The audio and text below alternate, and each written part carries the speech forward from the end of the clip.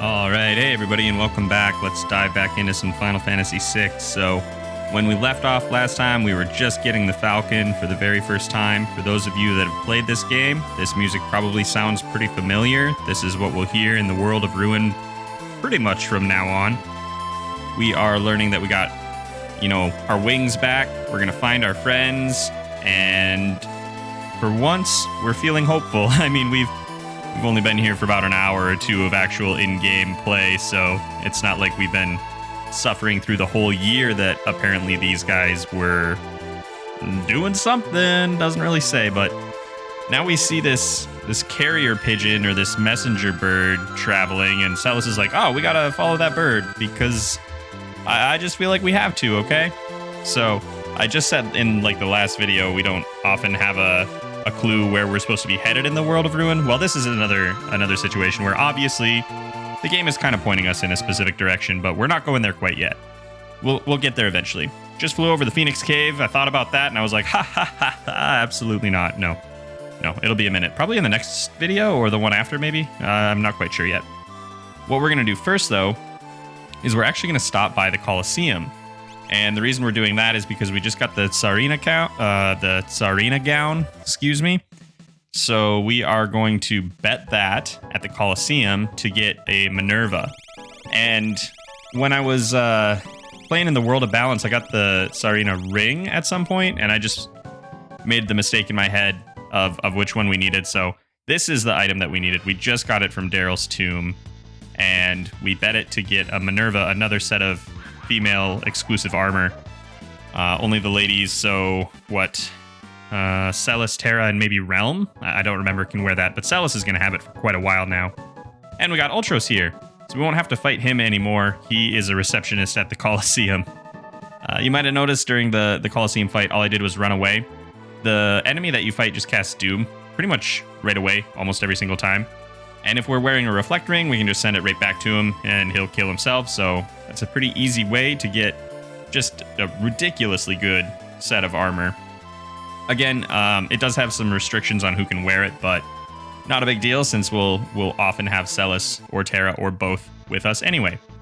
Next on the list, we're going to see Duncan. So it's been a while since we've heard that name. Duncan was Sabin's martial arts master.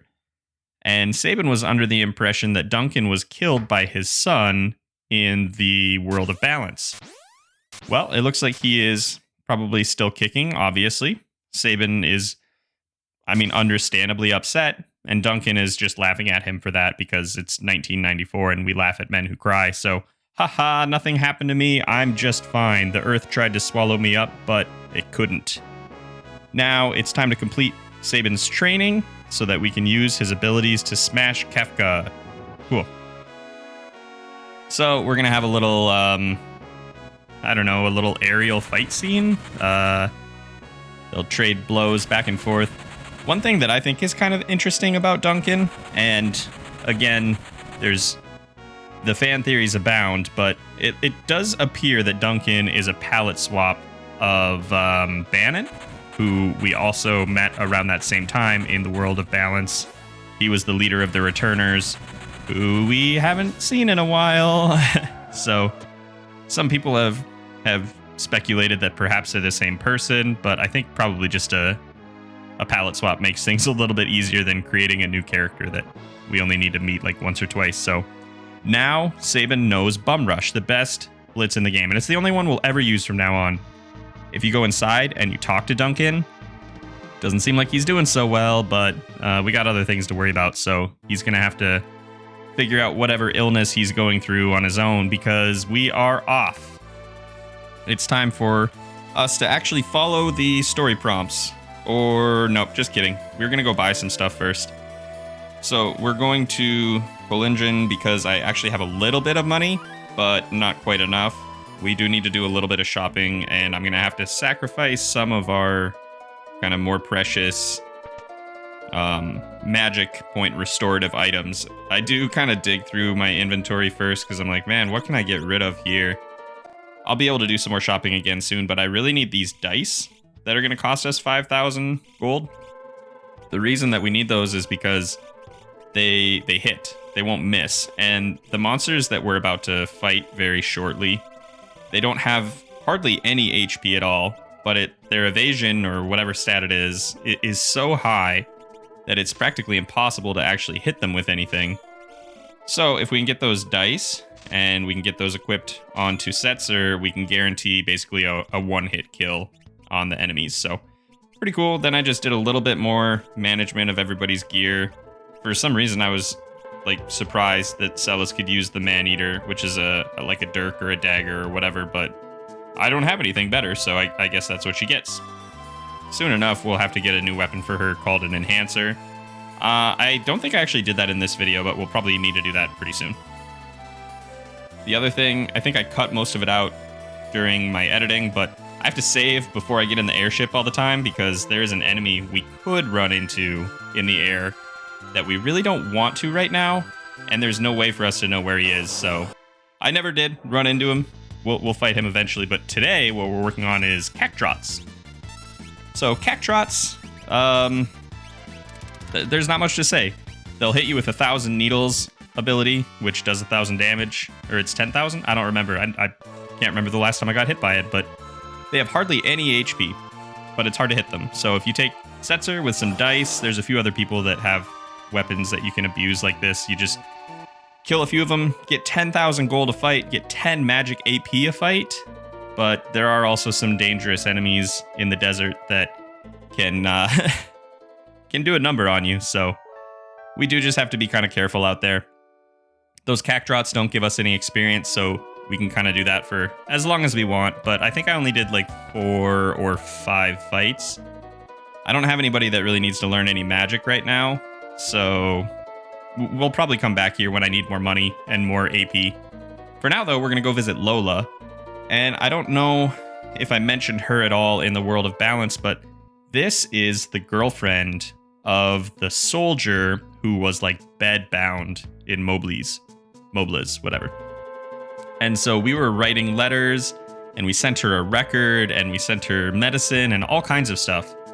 And now we found out that she's still getting letters, but Mobliz got destroyed, so we don't know how she's getting them. And then when we check one of the letters, the handwriting looks like Cyan's. Okay, very cool. So Lola wants us to send a letter back, which is good because we can just follow this carrier pigeon now. It should point us right towards Cyan if he's the one that's sending these letters. We switch back over to like the dark world music, or like the shifting winds music, or whatever it is here for just a second. And you kind of forget how bleak it is out here when we have the searching for friends theme. But yeah, that world's pretty ugly, huh? Even though Maranda looks pretty untouched. So in any case, we're going to head to Zozo because we need to find Cyan. And apparently he is holed up somewhere around here. Zozo actually hasn't changed very much since the last time that we were here. There are still the same, like, harvesters, the, what are they called? The Gabbledy-Gacks, I want to say. I think those are still here. I don't know that I encountered any. And then the big dudes, the Gigantos. I don't know. Anyway, doesn't matter. What's important is this guy will sell us a bottle of Rust-Aid. So he's got like some WD-40 in his back pocket or whatever, and he'll sell that to us, and we can use it to get past a door that's like rusted shut. Cool.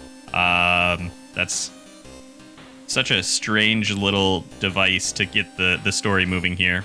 I'm also just going to grab this chest. Apparently I must have missed it on my first pass through. I probably just never even came up here, but what we need to do is find this little door here, and then we dissolve the rust on it, and then as you walk through here, you find yourself in Mount Zozo, and as with many other mountains, we have the Mount Colts theme here, which I'm always a little thrown that they didn't just compose like one other mountain music, but this one is a banger, so I guess it's fine. There's some really good gear in Mount Zozo here, and there is also, towards the end, a pretty dangerous fight that we're actually going to skip for now. We'll come back to it. It's not important that we take care of it right away here, so we're going to wait until we have a little bit more gear. maybe some different espers, but primarily we got to gear up for a lot of these tougher fights because you can really manipulate how dangerous fights are just by doing things in some different orders than maybe the game expects. So no phantoms jumping around the mountain this time. It's just us struggling through a very, very high encounter rate, and that switch up there is what we are going to avoid. That would trigger a fight with a storm dragon. It would give us some force armor, which would be amazing. I would do just about anything for force armor at this point in the game, but I just don't think we would win that fight. So here we see where someone's holed up. We see this writing. The author says that your boyfriend did actually die. I've been perpetrating a lie, and we need to move on. I'm so sorry that I've been tricking you like this. And yeah, at the end, it is signed by Cyan, of course. So looking around, he must have been at this for a little while. And we find him on the cliff.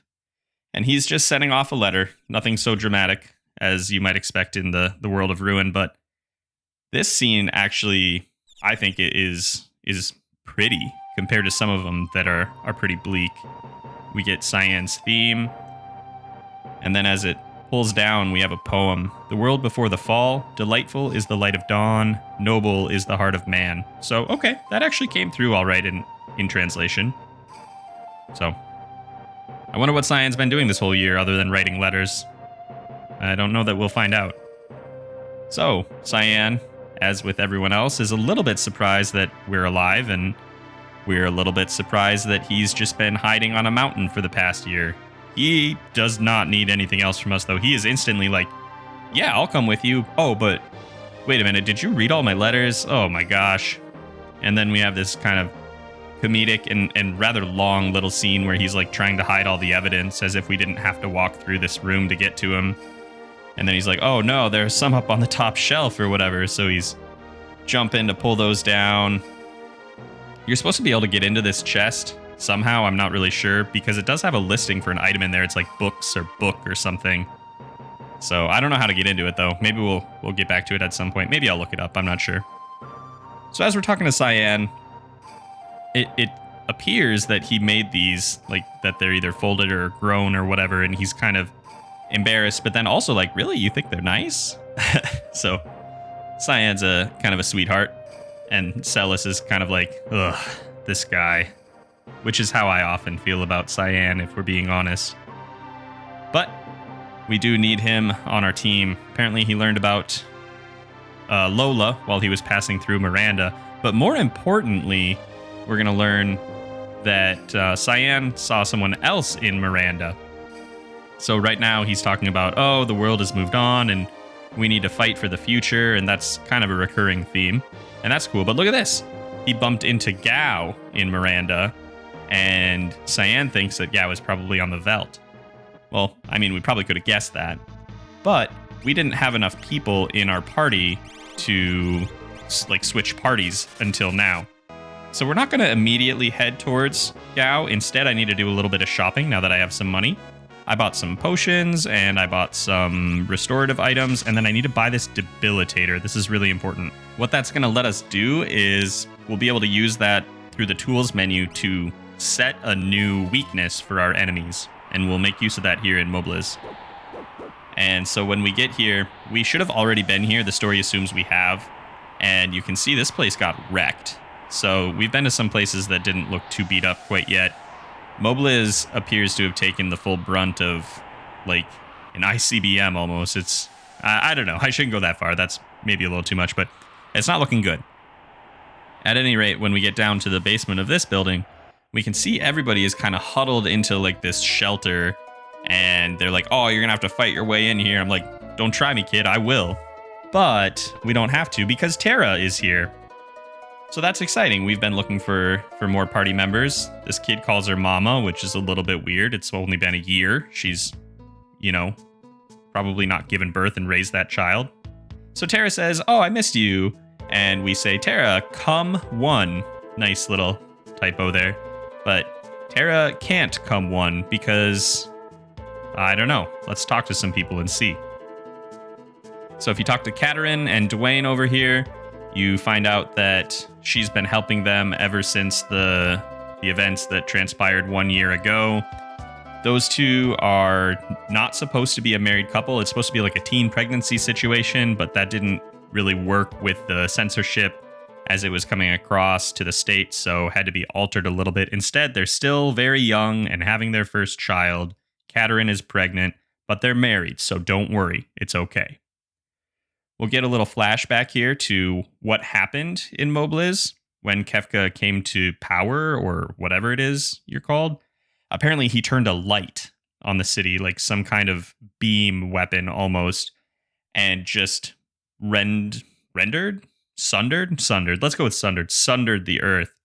And so there's this giant gaping hole in the earth, and none of the adults survived it. They did everything they could to protect the kids, but that meant that they sacrificed themselves. So when Terra arrived, there were only kids here. And ever since then, she's felt like this obligation to stay and care for people, to be kind of the responsible person that's needed for more than just war. For the first time in her life, people are looking to her as a person that's not just here to kill. And that kind of changed her heart, and she doesn't know that she can join us. She doesn't know that she can come back and fight again, because it just changed something. So she's lost her will to fight. Well, that's cool. I guess we'll just leave. Yeah, so Terra says, the more I try to understand, the less inclined I feel to fight. And there's nothing else you can do at this point. You can go talk to everybody in the town or underneath this little shelter or whatever, but there's nothing left. So we're going to leave. Maybe with more time, maybe she'll come around. And then it's going to pull back up to Terra as she's reflecting and having just had to turn her friends down and say she doesn't want to fight anymore. We hear that something is coming. Funbaba? And that doesn't mean anything to us, but Terra knows what it means. This is funny right here. So Terra comes out, hands on hips, and she's like, Funbaba's an ancient demon who was released when the world was undone. Okay. But very cool. Terra doesn't have any equipment at this point, so check this out. Punched him for 0 damage, and then he's like, okay, that's pretty cool. How about my turn? And then we're dead. So yeah, we can't win that one, obviously, but now Terra's knocked out. Our party comes back to try and save the day, and we'll go into a little fight here. We'll have to fight Funbaba twice. I'm just going to have the first one. We'll just rush through it here.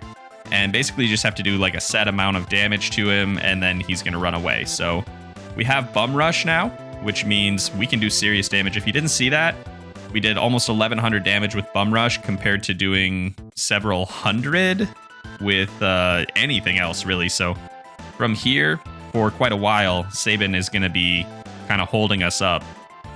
We have to do like 8,000 damage. And if we had to do that with just Edgar and Celes and Cyan, it would take us a minute, that is for sure. So instead, we're going to focus on keeping Sabin alive, first of all.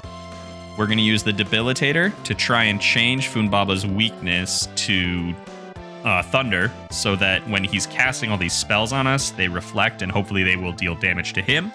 You might be able to see they're healing him right now, which is kind of frustrating.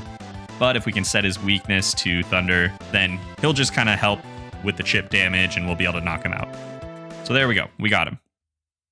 Funbaba escapes, and then we cut back to the shelter underground where they have a full fireplace down here. Like, who put that in and when and how?